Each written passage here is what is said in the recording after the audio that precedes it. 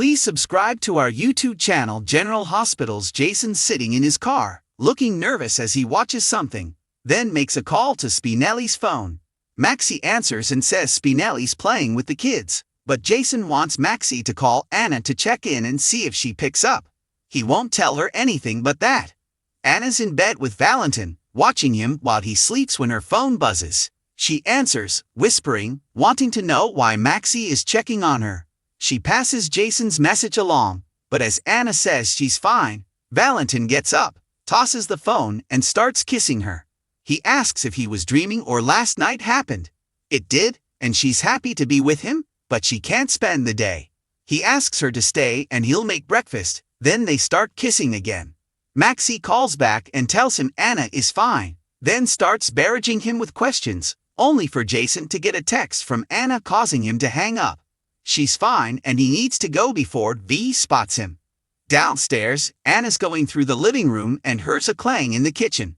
She asks if Valentin needs help as she rifles through his stuff and finds a satellite phone hidden in his books. She puts it back as Valentin comes in with breakfast. She's taken aback though when he says he'd like to spend the rest of his life trying to impress her.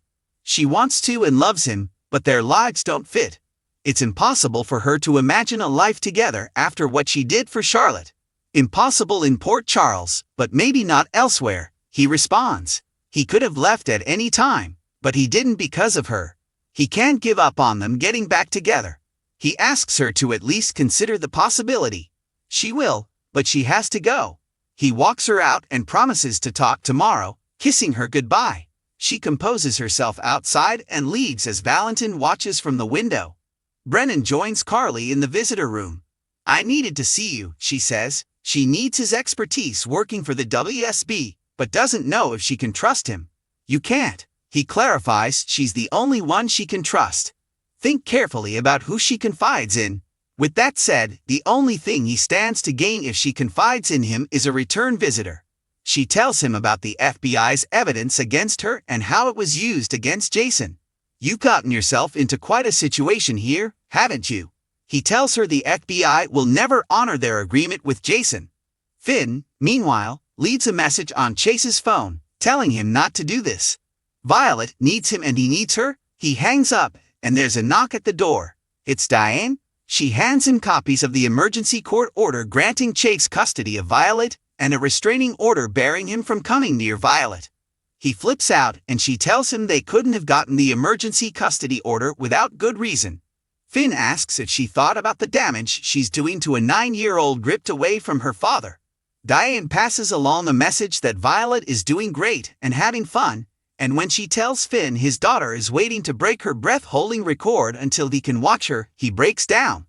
You can't take my little girl from me. She leaves after warning him getting arrested in front of his daughter will make things worse. Finn pulls it together, picks up the phone as soon as she's gone, and calls Scott. When he gets over, Finn lays it all out, asking for help. Scotty asks what happened with Tracy and Violet, but Finn insists the papers exaggerate what happened with his bad night. Scott looks uncomfortable as Finn rants about the Quartermaines lying to Violet, Brooklyn and Chase always looking to steal his daughter. He says Finn needs someone from NA or the hospital to go to bat for him, but Finn admits he quit his job. They can sue the hospital for defamation. Scott can keep all the money they make. Finn just wants Violet back. He rants some more, asking why Scott isn't taking notes. I would if I was taking the case, but I'm not. It's not just the documents. Chase is doing what he has to do, not what he wants to do. You have been barred from seeing your daughter. Scott shouts as Finn goes off again. You can't fix this until you fix yourself. They get into her getting Alexis disbarred, and Ava says she did everything right. She signed an affidavit. Who are you to judge? Sonny yells. You killed Connie. Maybe I should sign an affidavit against you. He then gets into how she was responsible for Morgan's death, and Ava gets emotional saying she's truly sorry. She loved him, but Sonny will not lecture her. She's not the reason that his family lies in shambles. There's only one thing that all their troubles have in common. You. Jason stops by the hospital to check on Liz and they talk about Violet and how she's doing.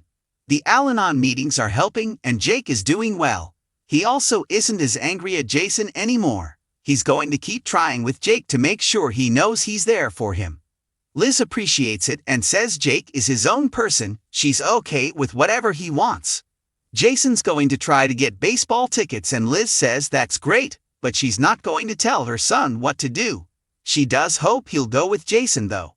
Outside, Anna and Jason meet, and she tells him he didn't have to stay outside of Valentin's house all night. He's dangerous, but not to her. He's trained in surveillance, and she's frankly surprised he didn't discover Jason. She tells Jason about the phone, but didn't have time to get information. It seems like that's how he conducts business for pikemen. Jason says they have to get that and hand it to Kate's.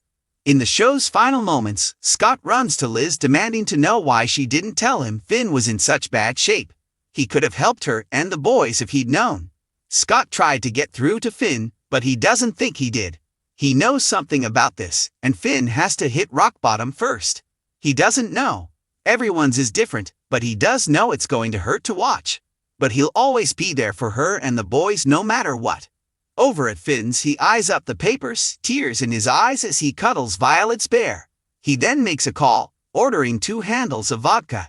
He gets the delivery, but his hand starts shaking as he goes to drink straight from the bottle. He looks at the papers, shouts, "No," and tosses them both against the wall. Brennan tells Carly that Jason's too useful to let go. They'll find more ways to work him until he's tapped out, or dead. And as soon as he's not useful, they'll put Carly in prison. The government never leaves charges on the table. Carly says it's never going to be over, isn't it? Brennan says she's got time on her side. She can prepare for court while Jason gets what the FBI wants. Someday, she'll have to defend herself in front of a jury. She thanks him for his advice and leaves. Thanks for watching this video. Please subscribe to our YouTube channel, General Hospital Update, and stay with us.